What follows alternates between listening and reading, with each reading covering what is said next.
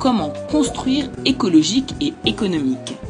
Début d'année mouvementé pour tous, déménagement pour certains, aménagement et travaux pour d'autres.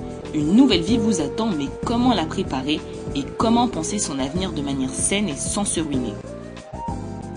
L'éco-construction et les énergies renouvelables étaient très présents sur le salon. Le plus important pour commencer est le bâti, et notamment l'isolation qui utilise de plus en plus des matériaux renouvelables.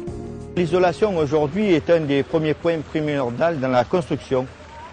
Et ce que recherchent les gens aujourd'hui, c'est un investissement mais une économie d'énergie. Donc à partir de là, cette économie d'énergie se fait aussi dans la façon de construire les matériaux. Les maisons BBC aujourd'hui demandent aussi un calibel. Donc on peut avoir la même chose en calibel que sans calibel, mais c'est une façon de monter les matériaux. Calibel, c'est de la laine de verre avec une feuille de placo derrière. Ça c'est de la ouate de cellulose, c'est du papier.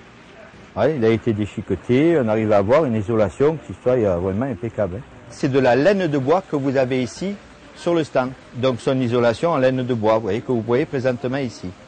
Celle-là c'est du liège, vraiment écologique, à nature, comprimé pour pouvoir faire des isolations sur des pannes de toiture ou des doublages de murs.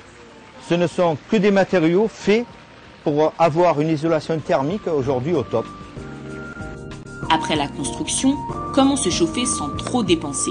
Les énergies renouvelables sont dans l'air du temps. Nous maîtrisons la technologie d'intégration de panneaux solaires, comme le photovoltaïque qui est très porteur actuellement sur le marché, dont l'intérêt est de produire de l'énergie qu'on revend à EDF et qui va permettre de générer un revenu annuel qui a pour objectif de couvrir les factures énergétiques du bâti.